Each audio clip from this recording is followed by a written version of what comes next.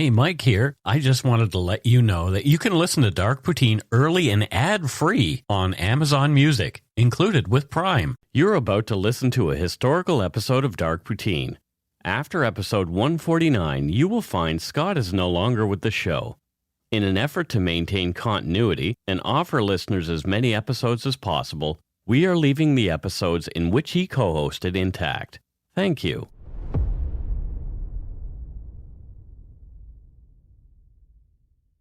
Before we start our Dark Poutine show, I wanted to add something that's a little more Canadian to the show. So, yeah, well, kind of.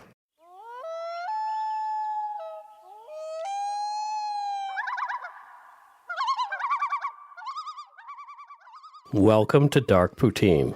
That's not murdery at all. It's not murdery at all, but it's very Canadian. It's very Canadian. It puts people at ease before we start to talk about murder. Before we give them anxiety. That's right. We lure you in. For those of you who are unaware of what those haunting sounds were, that was a loon on a lake. It's a water bird found here in Canada, and you can see a loon on our dollar bill, the loonie. And we're going to play that at the beginning of every show. My name is Mike Brown. I'm the creator and host. With me, as usual, is my good friend, co-host Scott Hemingway. Oh, hi, everybody. He's here to listen to me tell him a scary story about his hometown this week. Yeah, my roots. As our content contains mature themes, harsh language, and graphic descriptions of violent crimes, listener discretion is strongly advised. We're not experts on any of the topics we present, nor are we professional journalists. That is probably clear to anybody who has listened to this show at least once. We're just two regular Canadians interested in the darker side of Canadian history. Irregular, maybe. Well, I'm pretty regular. I eat a lot of fiber. Yeah, I guess if we're going in that sense, I'm totes regular. In August of 1982, 3 generations of a family, 6 people, went off on a 2-week camping trip around the Wells Gray National Park near Clearwater, BC. Where I happen to be born. That is correct. It's amazing that you know that. I do. Yeah. You didn't know where you were born. Someone told you that. It was on my birth certificate. There you go. Yeah. When the family did not return as expected, they were reported missing. Over a month later, the bodies were found. They'd been brutally murdered. Police worked through a maze of evidence for the next year to solve this case. This is the story of the Wells Gray murders.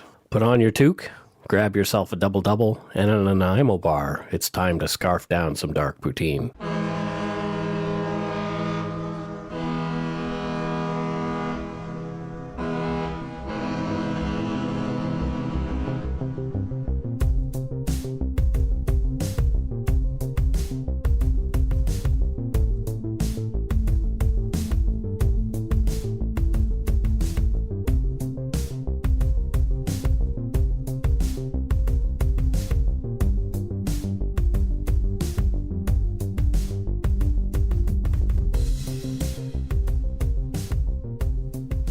So this is episode 30 of Dark Poutine. Wow. Mm-hmm.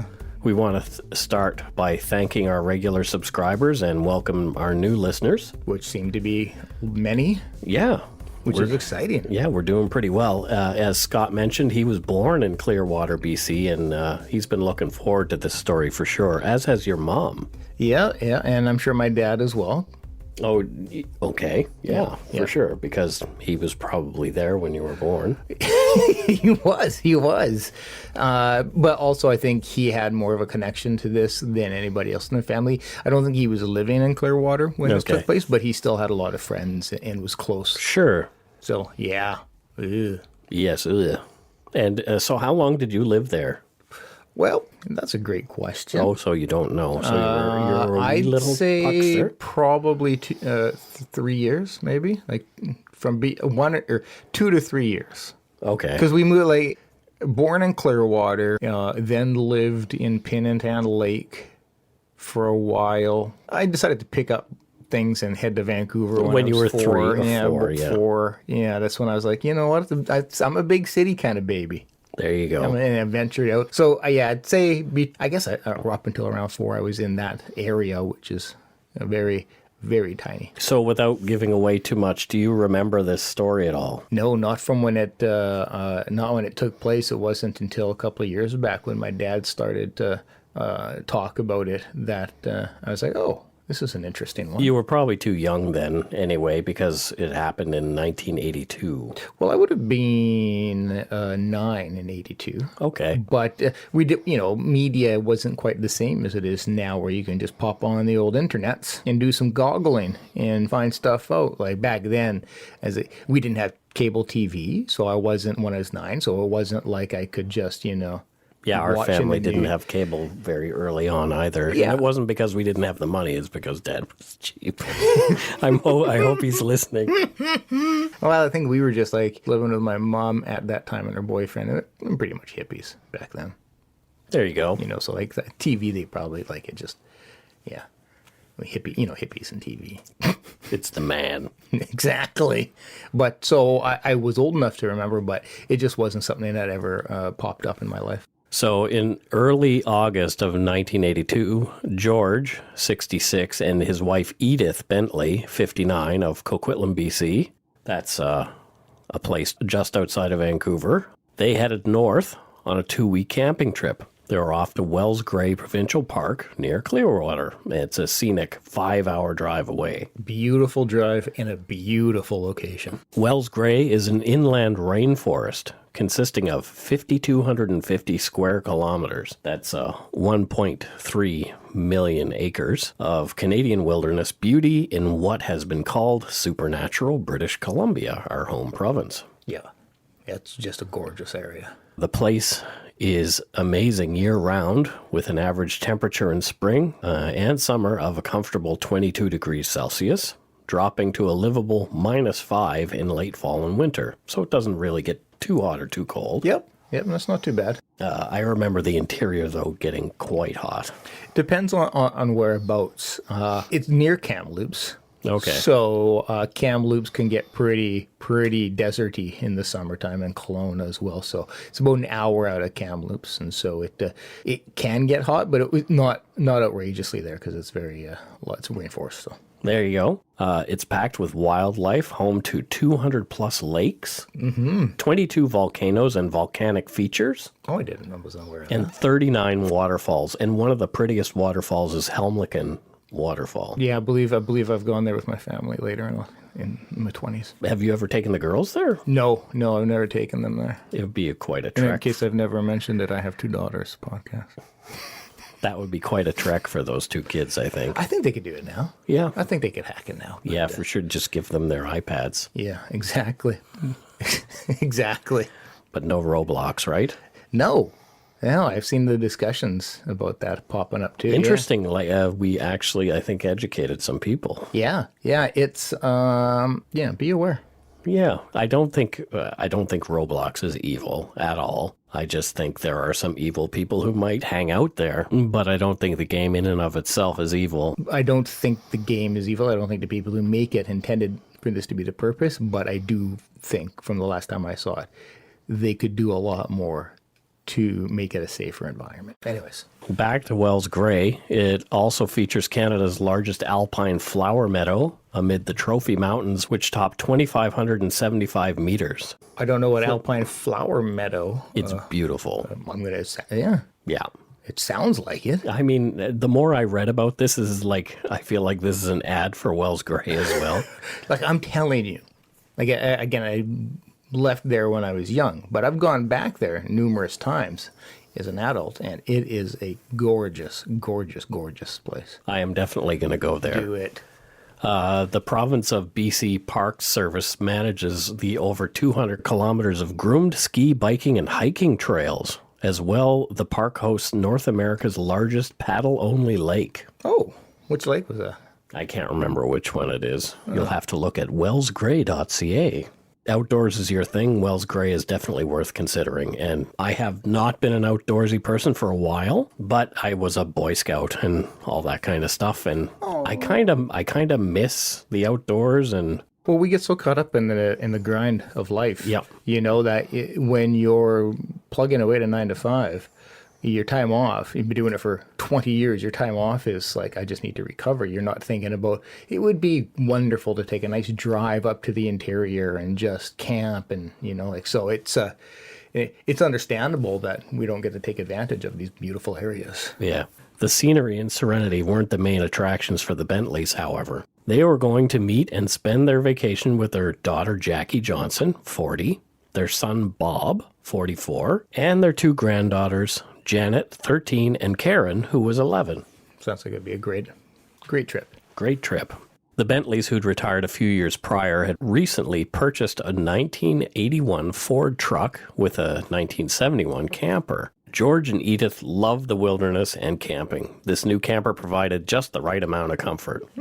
George had purchased a small aluminum boat and attached it to the roof so he could spend time serenely fishing on one of BC's many lakes. They had done some touring of the province already, but were really looking forward to seeing their daughter and her family on this trip. The Johnsons lived in Westbank, a suburb of Kelowna, a city in BC's interior we featured in the episode on the murder of Mindy Tran. Mm-hmm. Bob Johnson was a devoted family man. He was active in his family's lives, but also liked to sit in front of the TV with an extra old stock beer, watching hockey games on the weekends. I mean, I'm down for that minus the beer. Sounds pretty awesome. Very Canadian. Here's the most Canadian job. Bob was a sawyer. Do you know what a sawyer is? A last name? Yeah, but the last name comes from the actual job.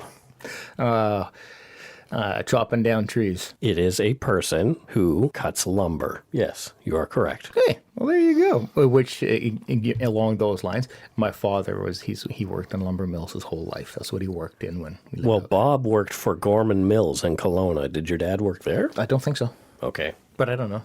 Dad, message me. He will, I'm sure, once he's done watching Jeopardy. He's commented about that since. Good. Jackie was a stay-at-home mother and by all accounts a lovely person. She developed an interest in photography and was looking forward to getting lots of photos of the extended family together as well as snapping some nature shots. Janet and Karen were both girl guides and all-around good kids. They were looking forward to exploring, going swimming, and seeing their grandparents, of course. Jesus, sounds quite similar to my life. Concerning. Yeah, just wait. And my stepmother's name is Edith also. So Your dad would never go camping now. No, neither of them would. On August 6th, 1982, Sharon, another daughter of the Bentleys, got a phone call from her mother, Edith. Edith was calling from the Chamber of Commerce phone in Clearwater. Mm-hmm. She said they were having a great time and they were meeting Jackie, Bob, and the girls in Wellsgrey Provincial Park for some family time. No one heard anymore from either the Bentleys or the Johnsons after that. On August 23rd, 1982, Al Bonner, Bob Johnson's boss at Gorman Mills, called the RCMP. Bob was supposed to be back at work on August 16th, but still had not returned. So this was a week after he was supposed to be there. Bob had not missed a day of work in 20 years, but Bonner did not call sooner, as he'd assumed Bob and his family were still having fun. But after a week, he began to suspect something might be wrong. Yeah. RCMP listed the family of 6 missing persons after some quick inquiries. Police canvassed the area around Clearwater in the southern parts of Wells Grey. No one had seen the Bentleys or Johnsons. Brian Benntley and his wife Linda began distributing photos of the family to people in the area. A few days into the investigation, a service station attendant at the Petro-Canada station about 60 kilometers east of Clearwater in Avola remembered seeing the Johnsons' car. George Benntley was with his daughter Jackie and his 2 granddaughters. As they were refueling, George asked about good berry-picking spots in the area, presumably to take the berries back to camp for Edith to bake into one of her much-loved pies. This lead prompted a huge search to be undertaken in south-central BC. The faces of the family were plastered all over the place, including local and national media. Cops, parks employees, and civilian volunteers combed Wells Grey on foot and using 4x4s looking for the Johnsons and Bentleys. Local pilots lent a hand from the air. They found no trace of the family. On September 13th, 1982, an Abbotsford man named Kurt Crack called the police. He had been mushroom hunting in Wells Grey Park around Battle Mountain Road when he discovered a burnt-out Chrysler. The Johnsons' car was a Chrysler, so RCMP attended immediately. The Chrysler had been driven into the brush off the road and set on fire. What the police saw was a burnt-out husk of what used to be the Johnsons' car, confirmed by the license plate, still on the rear of the vehicle. 5 keys dangled from the trunk. As police approached, they first noticed the smell. From RCMP Sergeant Michael Eastom's book, The Seventh Shadow, when I got close enough, I noticed a very distinct odor, a sort of dusty scent emitted from the vehicle, made more pronounced by the fact that it was so damned hot outside. I'd seen and smelled a lot of dead bodies in my 22 years of service. I'd looked at and investigated them for a living, but I'd never worked a mass murder before. I wasn't even sure I wanted to look in, but I had to. It was my job. Eventually, I willed myself to look inside. The horror concealed within the vehicle was staggering. Oh, wow. This is an RCMP officer with 20 years of service, a seasoned detective, and he was horrified by what he saw. Really tells the story of what he's seen. On the floor of the car, in both the front and back seats, were many charred but obviously human bones. The forensic team began to meticulously photograph everything, carefully collecting the bones and other evidence. Police used a pry bar to gently open the trunk. The lock had melted shut in the fire. They saw the skulls of 2 little girls staring up at them. One of the skulls had a hole over the left eye. This was an exit wound. The youngster had been shot in the back of the head. The skull of what had turned out to be Edith Benntley had also been shot in the head. Police believed the bullet was still inside the skull at that point. The media got wind that the Benntley Johnson families had been found, and police had to contend with many onlookers while they tried to preserve a major crime scene. Who would do such a thing, and why? Where were the truck and camper belonging to the Bentleys? What was left of this family of 6 was now the contents of 50 small plastic evidence bags. Wow. Must have really been charred up. Their identities had to be confirmed through dental records. Yeah, wow. Evidence indicated that the family had been shot with a small caliber firearm. That turned out to be a .22 caliber rifle. Park employees and visitors who were there at the time in question were vetted. RCMP asked if anyone had seen or picked up any hitchhikers in the area. No one they spoke to initially remembered seeing the truck and camper at all. Cops also put the evidence into a computer program that had been developed to assist with the recent capture and conviction of Clifford Olson, the Beast of BC. We'll get to that guy. Yeah, don't get me started on him now. They wanted to leave no lead uninvestigated. Police gave the media everything they could without compromising the investigation. They knew this case would have a lot of eyes on it nationally and wanted to leverage the people's interest to develop more leads. People left Wells Gray Park in bunches. Oh, I can imagine. Sure, summer was almost over, but the thought that a madman is on the loose is probably what drove a lot of them to back up early. I mean, put yourself in their shoes. If I was there, I'd be gone. See you later. Yeah. Yeah, especially with kids. Yeah, without hesitation, we would just, okay, pack it up. Hell, might even just leave everything. RCMP felt the missing truck and camper were a big key to the investigation. They had mock-ups and photos made to show people as they began knocking on doors for hundreds of miles around.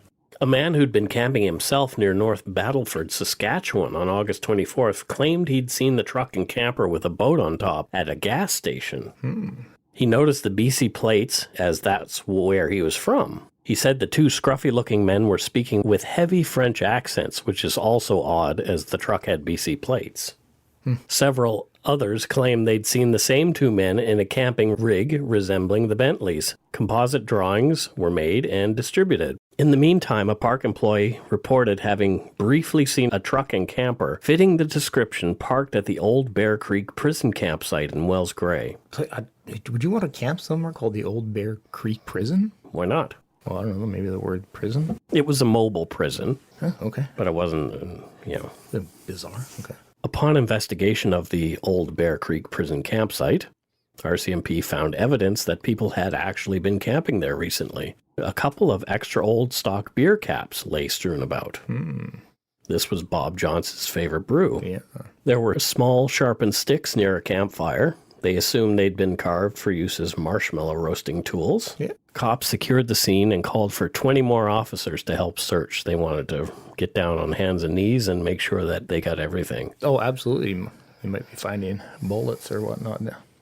Shell casing. Unopened extra old stock beer bottles were found in the water of a stream nearby. Many Canadians will use a stream as a natural cooler to keep their beer cold. Also where bears keep their drinks. But I doubt that the bear drank extra old stock. Well, you never know. It was more ominous than that. If they were Bob's, he'd never gotten a chance to enjoy them. Yep. Metal detectors turned up 6 spent .22 caliber casings. Along with other evidence, it was assumed that this was the most likely site where the Benntley Johnson family had been killed. It later proved accurate. RCMP decided to keep this bit of information to themselves. They didn't want to let out where the murders had happened.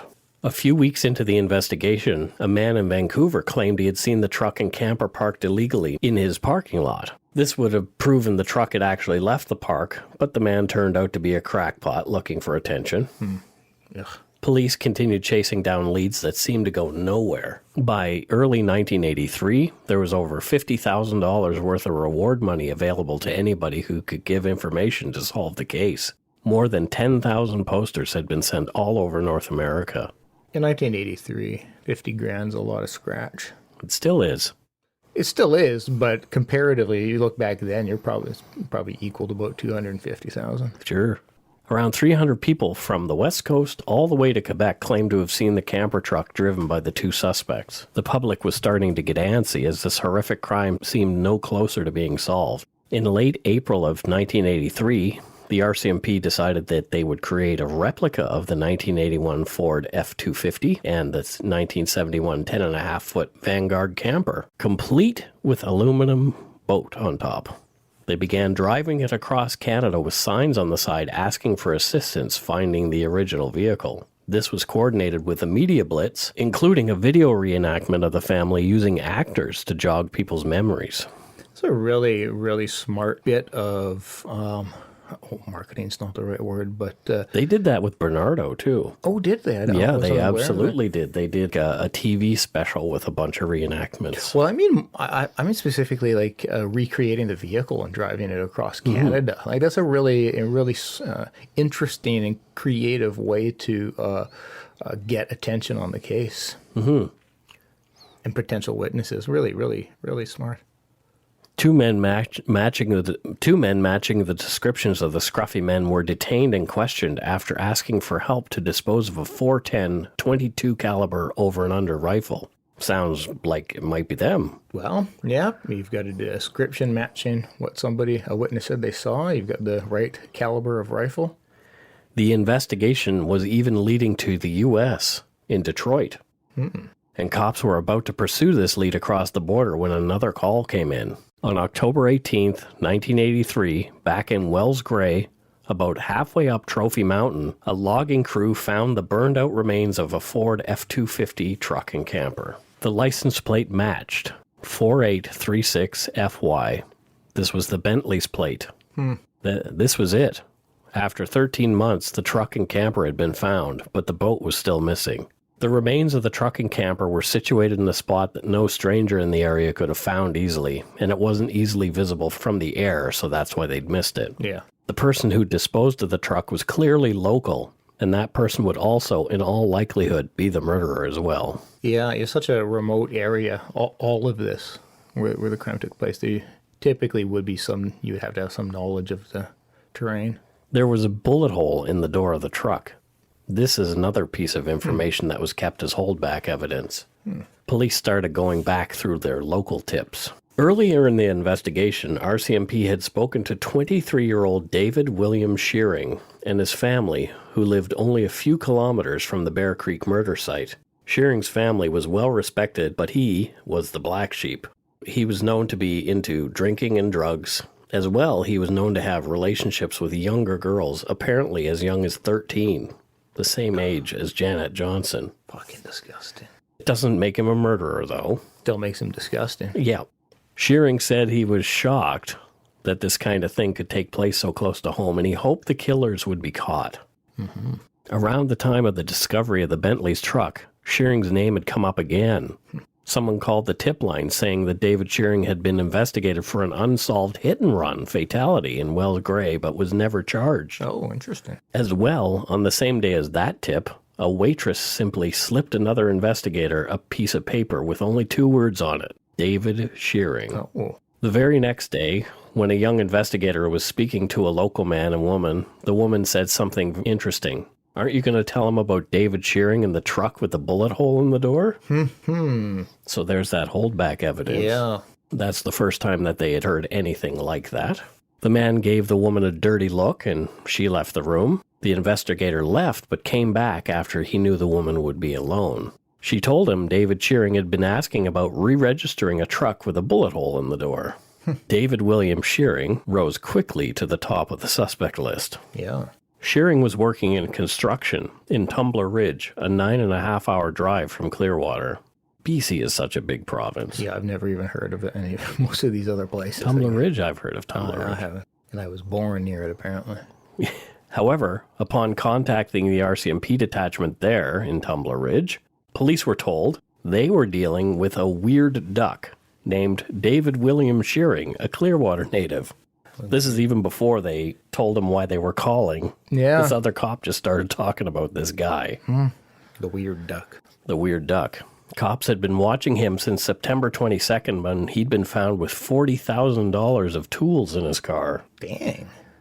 Another man in the car had been armed with a cocked .30-30 rifle and had been charged with attempted murder of a police officer. He had the weapon pointed directly at the cop. Jeez. Yeah, you don't do that unless you mean business. Oh, nowadays, boom, you're dead. Yep. The next day came the report of a burglary of tools from a work shed. Shearing had said, no, these are mine, I'm coming from work, but turns out they weren't. RCMP went to Quadra Camp, where after a brief chase, they caught David William Shearing and his two buddies. Cops had observed them digging a hole near their trailer to bury the stolen tools. One of the men who had been digging the hole was the same man who had just been charged with attempted murder of a police officer. He was already out on a promise to appear. Jeez. Canadian justice, right? Holy crap. Shearing was told to check into the Tumbler Ridge detachment for every week after that, as he was to appear in court on possession of the stolen property. His court date was on November 21st. Well, so it's just like that, so they just check in once a week. Apparently it was a 3-member detachment, so there wasn't a lot of room to keep anybody in jail there. Oh, okay. Rather than do that, they would just tell them, yep, you got to keep showing up to the cop shop every week so we can keep an eye on you. Yeah, sure. That's, yeah. I mean, yeah, 3 people, it's impossible to keep tabs on everybody, but wow. So after this new information, Mike Eastham, the lead investigator on the case, wanted to talk to Shearing. He headed toward Tumbler Ridge, formulating his plan. Police picked up David William Shearing on November 18, 1983, as he got off a bus in Tumbler Ridge. They told him they needed to chat with him about some minor matters.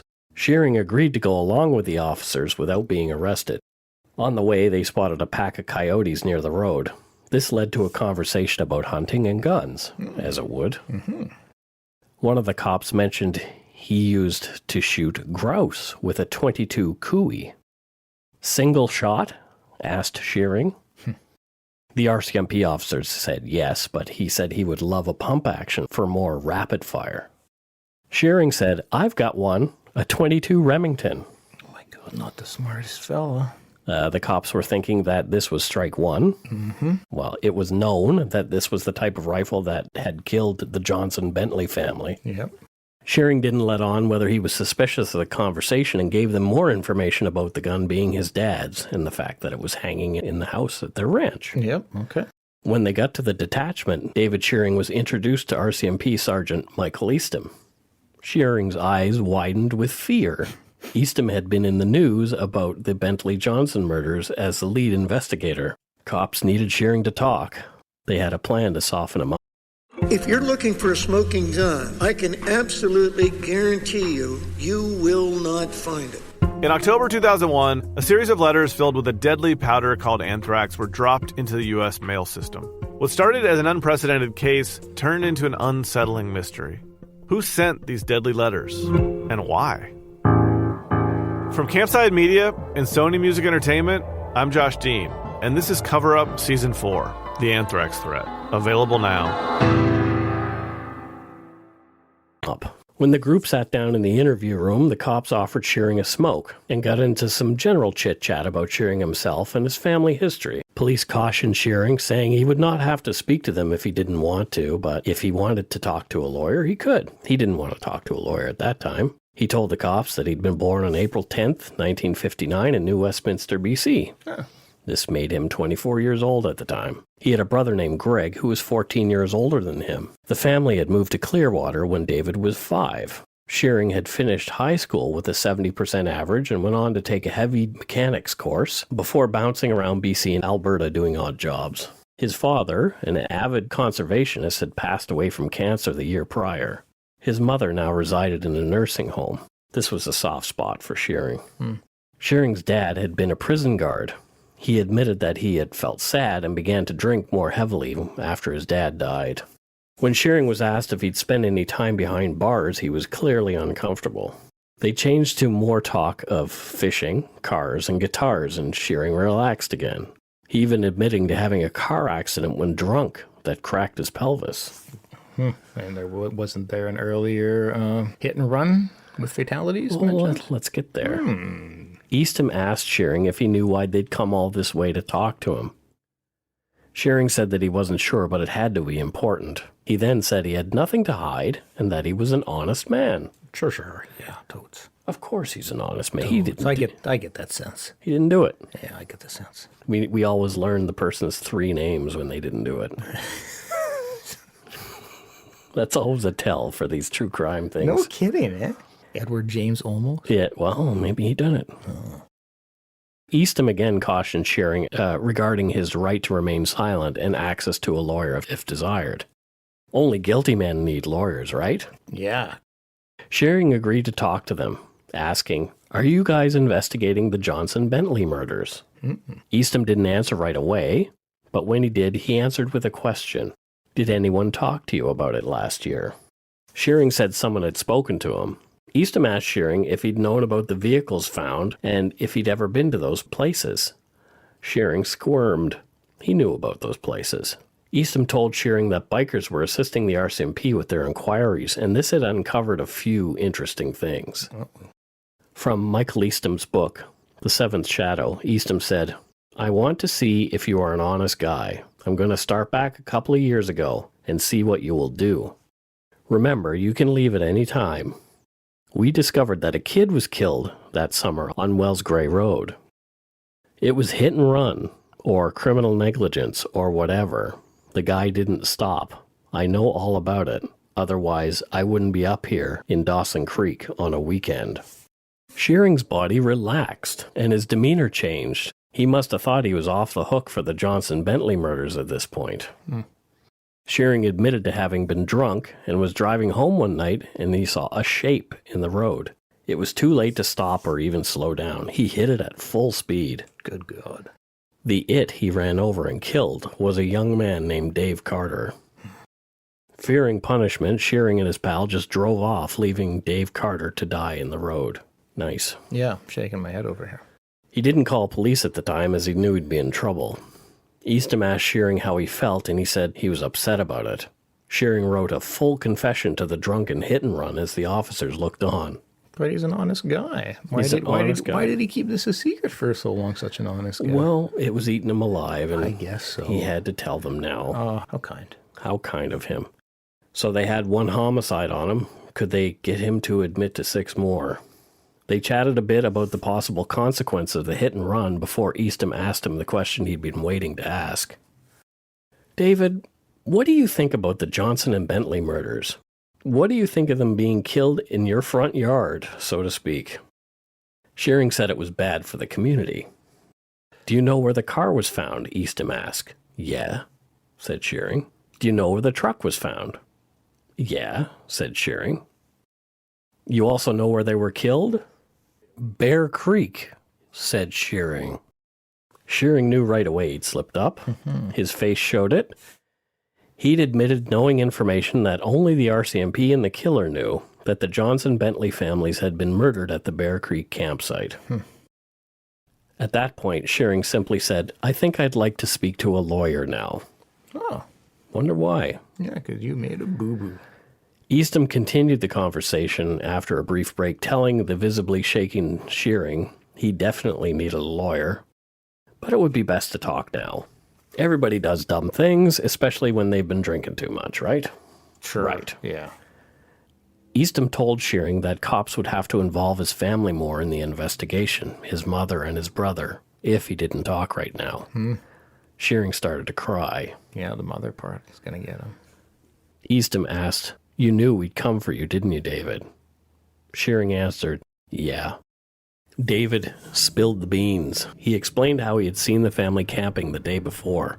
Shearing said he wanted their stuff. He admitted to killing the 4 adults outside. A small tent was nearby. He knew the girls Janet and Karen were in there. He was hiding behind the camper, watching the adults chat around the campfire. He could see 3 people sitting and a 4th standing. One of the women saw him and stood up quickly. He made himself known, showing them his rifle. "Don't move, I got a gun." An adult male, that would have been Bob Johnson, began to stand up, but Shearing shot him in the throat. Bob fell onto his back, gurgling and groping at his neck wound. Jeez. The women screamed. As Shearing prepared to fire again, the remaining older man, George Benntley, ran toward his truck. Shearing dropped George with a second shot just as he reached the passenger side of the Ford F-250. Jackie Johnson ran toward the girl's tent and was blasted through the head mid-stride, dropping immediately. Jesus. As he went to find Edith, he shot Bob Johnson again to put him out of his misery. Edith was having trouble getting the door of the camper open, where she might be able to take refuge.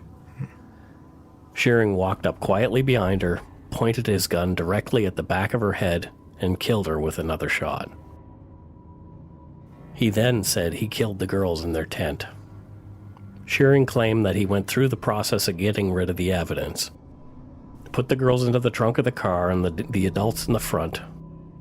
For someone who had wanted their stuff, Shearing did not seem to keep many of the Johnson and Bentley's valuable possessions. He threw away pretty much everything except the boat and some tools and a few other things which he'd hidden. Cops knew Shearing was full of shit, but he wouldn't go any further. They'd hit a wall. He'd confessed to multiple murders and would be going away for a very long time. David William Shearing was charged with 6 counts of second-degree murder on November 21st, 1983. The media went nuts. RCMP had got their man, the Wells Gray gunman. As pictures emerged of Shearing, people got their first looks at the monster. He's not a pretty man. He stands 6 feet 4 inches tall, and he's round-shouldered. He has beady little eyes, a shitty Elvis-looking hairdo, and a massive hooked nose complemented by a droopy handlebar mustache. Handsome. He's not very. You can view his pretty mug in the show notes. Yeah. He's an uggo. He's a scary-looking guy to be blunt. He is a scary-looking guy. David William Shearing pled guilty to all 6 counts of murder. On April 16, 1984, at Shearing's sentencing, Judge McKay said, "What we have here is a cold-blooded and senseless execution of 6 defenseless and innocent victims, for no apparent reason other than he possibly coveted some of their possessions." David Shearing was sentenced to life without the possibility of parole for 25 years. This is the maximum allowable in Canada, and he was actually the first person sentenced in this way. Oh, good. Shearing just hung his head, defeated. The morning of Shearing's sentencing, RCMP Sergeant Michael Eastham had made a little visit to Shearing. He promised to visit him in jail at a later date once everything had died down. He wanted Shearing to tell him the real story. Eastham kept his promise. David Shearing agreed to talk to Eastham and tell him the whole story. He had nothing else to lose. He was already in jail for the maximum time he could be. Yeah, and you could tell in his story that he was pretty detailed about everything until it came to the girls. Right. Because then he's just like, "Oh, I went to the tent and killed them." Mm-hmm. He had noticed the Johnson-Bentley families camping a few days before the murders. Shearing had become obsessed with the girls, Janet and Karen. He would hide in the bush, going over in his mind what he wanted to do to them, no doubt playing with himself. Oh, Jesus. He made up his mind, knowing he would have to kill the 4 adults before he could get to the girls. After shooting the 4 adults, Shearing went into the tent and told Janet and Karen that the campsite was under siege by bikers and that he was there to rescue them. He told the girls to stay put, which they did. He then loaded the bodies of the adults into the back seat of the Johnsons' car, and then he returned to the tent. It was here that the real nightmare began for the two youngsters. God. After redressing himself, he forced the girls to help him clean up the campsite. He kept Janet and Karen alive for over a week at his ranch and a fishing cabin on the Clearwater River. Holy shit. He did as he pleased until he realized this couldn't last forever. He had to get rid of them. He killed Karen, the youngest, first, walking her out into the woods and telling her to turn around so he could pee. When she did, he shot her in the back of the head. Later on, he used the same tactic on Janet, telling her he'd tied the 11-year-old Karen to a tree in the forest so 13-year-old Janet and he could have some privacy. Oh, good fucking God.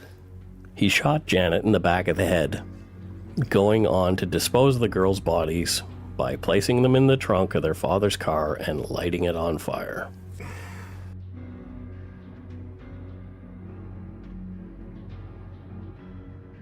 David Shearing eventually changed his last name to Ennis, his mother's last name.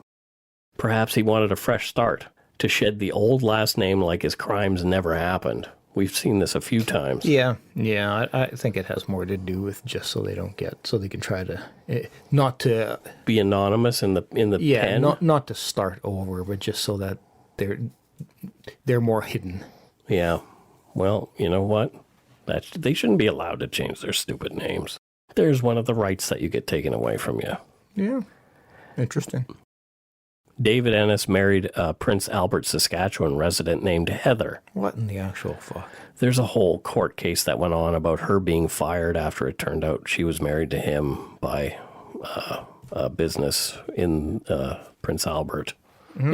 It was a mess. The Johnson and Benntley families have not forgotten. They come to every parole hearing that David Ennis has. His first one was in 2008. He was 49 at the time. Guess what? No parole for that guy. Good. Here's some audio of the Johnson and Benntley families and their friends reacting after his July 2013 parole hearing, where David Ennis was again rejected. He doesn't get it. He just doesn't get it. You know, you can approach. He sat there and he seemed to be totally, yes, I can do this, I can get out and I can feel good. I've got my place all set, I've got everything behind me, all my marbles are all in place. But your marbles weren't in place when you killed my family, our family. They weren't in place when you did that. He's still a monster. He hasn't changed, he's still a monster. In all our family's eyes, he's still the monster.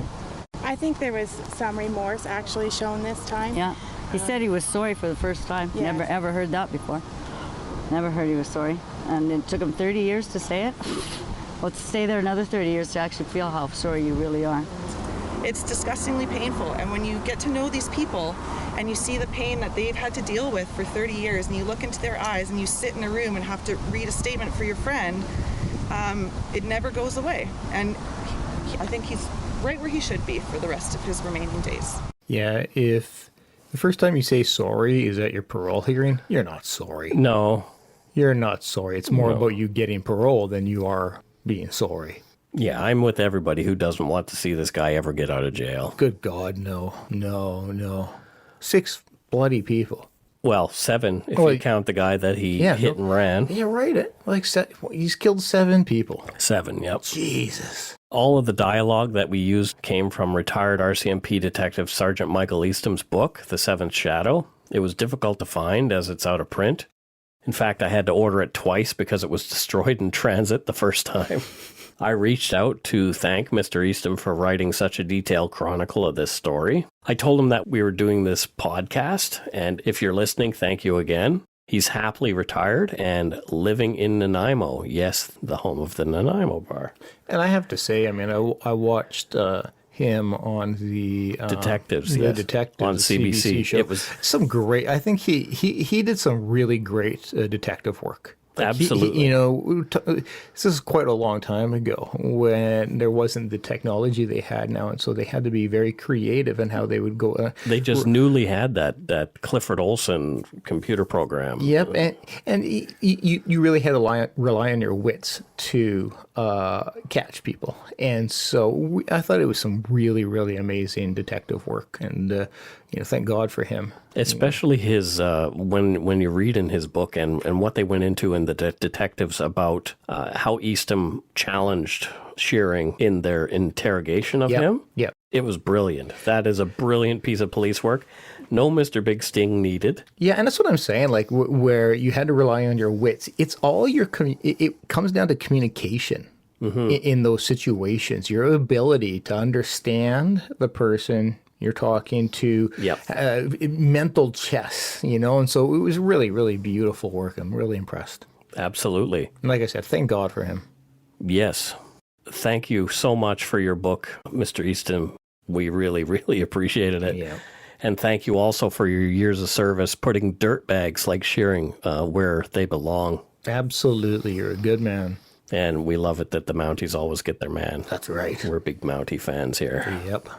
I'll post links to our other research resources in the show notes as well. So there you go. That's that story, Scott, that we've been wanting to tell. Yeah, it's aside from the detectives, it's not one that's talked about often in Canadian crime. And so it's really crazy when you think about how disgusting and graphic and terrible it really is. Like it's a horrible, horrible crime. One of the worst out there. And so it's one that a story that needs to be told because people need to know what the hell is happening in their backyard. There are so many Canadian stories. I mean, like I've mentioned last week, I've got a list of about 200 now. Yeah. And people keep sending me more and more and more. Yeah. We were having a bit of a conversation on Canadian True Crime podcast group wall about how Canadian media doesn't seem to understand what kind of interest people have in true crime. You don't hear about Dylan Millard here on the news at all. Yeah. No. And it's a fascinating case. Yeah. A lot of true crime, it gets covered by regional news, like when Picton was happening. That's all you could see about the Abbotsford killer. That's all. But it seems very regional. And aside from news topics, once the person has been caught, it really kind of dies out of the public's eye. And so we don't really have a lot of true crime based shows out of Canada. Thus shows like us and there's actually quite a few. Well, now there is. Yeah. Now there is, but throughout most of our 36 times and throughout most of our life pre-podcasts, there weren't true crime. There was shows. Based around Canada, so that I'm aware of. There was Max Haynes was a true crime writer, a Canadian true crime writer. I remember his stuff in the newspaper when I was growing up. Used to be in the Bridgewater Bulletin. Maybe that's what Mr. Dressup really was. Mr. Dressup. It was an underlying message of murder. Let's not go back to torture poor Mr. Dressup. Oh, God, no, please. We have a bunch of new Patreon patrons. Thank you so much. We're 9 people away from our initial goal of 100 patrons. Wow. 91 people. Wow. I am so blown away by people's generosity and the love that they show this show. Yeah. I'm just floored by it. No kidding. Apparently, I did pronounce one of the names last time incorrectly as well. It happens. Adele Bruff. Oh. She says it's like rough. It's rough being bruff. Oh, okay. So Adele, and she also said that she would give us more money after her next album drops. Oh, that's nice of you, Adele. We really appreciate it. It really, really is. Maybe that'll be our first 50 grand sponsor. Sure. I mean, you're doing pretty well, Adele. You're doing okay. You can just use that little rhyme in your next song, too. One of your next songs. There you go. You're doing pretty well, Adele. Scott, you're a lyricist. I really am. So thank you to Shauna Anderson from Thornton, Colorado. Oh, sweet. Colorado. Welcome, Shauna. Also, Catherine Schroeder from Patchawallock, Victoria, Australia. Oh, I've never heard that name. Love it. And Make sure you put some shrimps on the barbie. That was lame. Hello, nice lady. Lame. But welcome, Catherine. I am lame. Kookaburra. Lucky Jean from Berkeley, California. I heart the California. Mm-hmm. I love that place. I want to go someday. Love it. Julie P. from Langley, British Columbia. Oh. Langley, just down the road. Hey, Julie. Yeah, it is really close. We need to have a meetup with some of our local folks. We really, really do. Anastasia Belodimova. Look at that. Anastasia Belodimova. I think I said that correctly. Thank you very much. You are from Latvia. Sweet. Riga. That is sweet. Anastasia is a great name, and I'm sure Mike screwed up your last name. Anastasia Belodimova. Sure, but maybe you nailed it. I don't know. Let us know and get in the Umber Yard, Anastasia. I do, yes. Come on to the Umber Yard and tell me if I did a shitty job of saying your name, please. Is this our first Latvian one? It should be, I do believe. Sweet. Our friend Michelle McCann from Truro, Nova Scotia. She is my sister-in-law's best friend. Oh, sweet. Yeah. Well, welcome, Michelle. Lauren Radburn from, good Lord, Narromine. Okay, Narromine, Australia. Sweet. Welcome, Lauren. I'm so terrible at this. You would be a terrible hockey announcer. Because all the names. Well, they practice those. Yeah, I know, but like if there's a new player or something, like you would just destroy it. Is Alexander Ovechkin. Yeah, you only know that because he's played for like 20 years. Yeah. Yarko Rutu. That one's pretty easy. I loved Yarko. Yeah. And finally, from Kitchener, Ontario, Sammy. Thank you very much, Sammy or Samantha. Welcome, Samantha. Much as appreciated. Totes. Oh, we got some great people coming. We do. We have lots of people have been joining us in the Umber Yard. We're almost at 400 people there. I'd like to put a request out, though, like all kidding aside. When you're filling out the very simple questions to join the Umber Yard, please don't refer to me as the other guy. I love it. I don't. Refer to Scott as the other guy. Well, people have referred to me as Mark. Yes, but I'm Mac. The other guy is quite devaluing. Scooter. They've called you Scooter, which I love. Which indicates that they know my name. They have. And are playing They've off been of paying my attention. Name. But when they say, and the other guy implies my role is. My name is Mike, and this is Scott. Correct. I'm just saying it kind of hurts a bit. Maybe don't refer to me as the other guy. Just saying. I still accept you. I still click approve. But I'm going to refer to you as the person. Don't be a dink. I'm not being... Seriously, it hurts when people... It happens way too often. The other guy. Your skin is way too thin. It is absolutely not, but... Okay. But I'm just saying. So if you want to make Scott cry, continue to call him the other guy. Okay, because I'm not joking. Are you not? I'm not joking. Are you really upset by that? Yeah. Because they're kidding. Okay, but like I'm just saying. They're kidding. They know who you are. It doesn't seem like it. People know who you are. I'm just saying it cuts a bit. It gets under my skin. You should write an episode or do some research or something. Thanks for the support, Mike. Okay, please. His name is Scott. He's got a little tiny birdie arms and a little skinny body, and his feeling is hurt. Not helping. So thank you all for your pledges. Me and the other guy, thank you. Thank you like nobody's business. If you want to donate to us, you can do so at patreon.com/darkpoutine.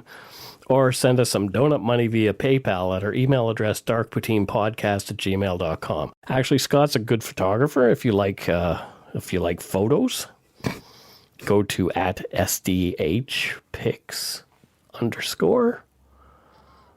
Twitter. For Instagram? Yeah, which is it? It's SDHpics, _ something like that. Yeah, there you go. My name's on there. Just search Scott.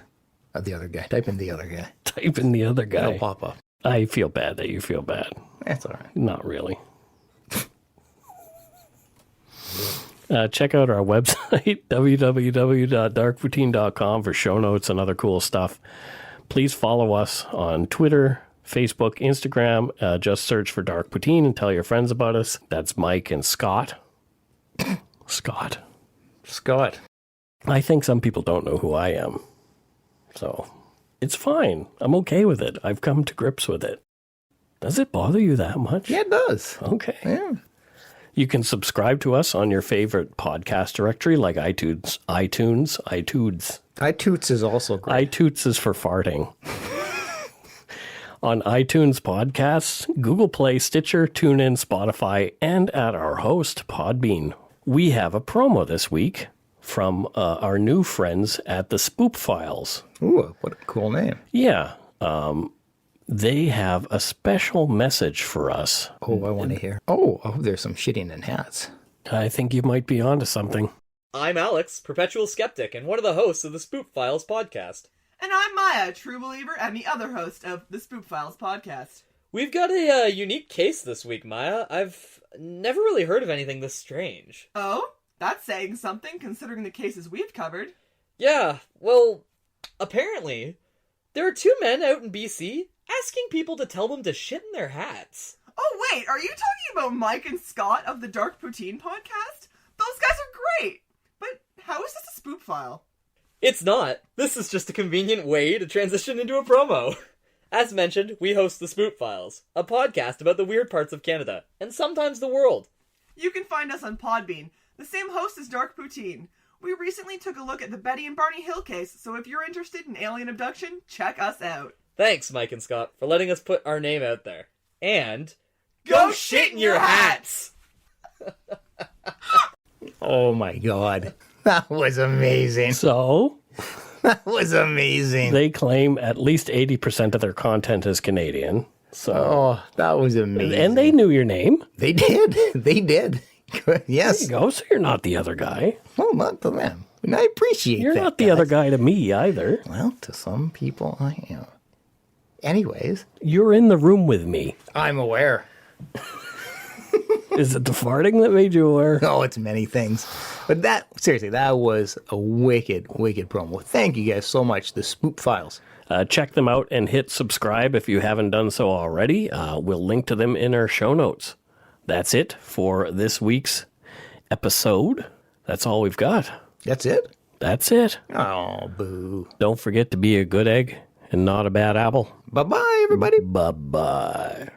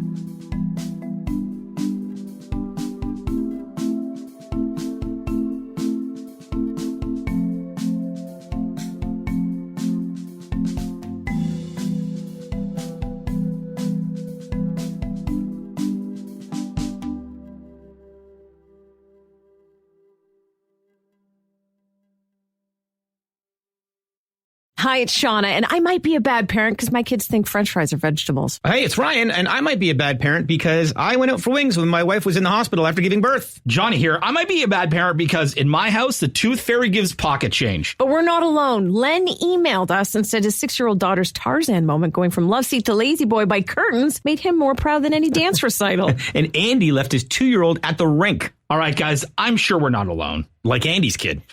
For stories and confessions like this, make sure you check out our podcast. It's called Bad Parents, and it's available wherever you get your podcasts. I left a glove at the rink.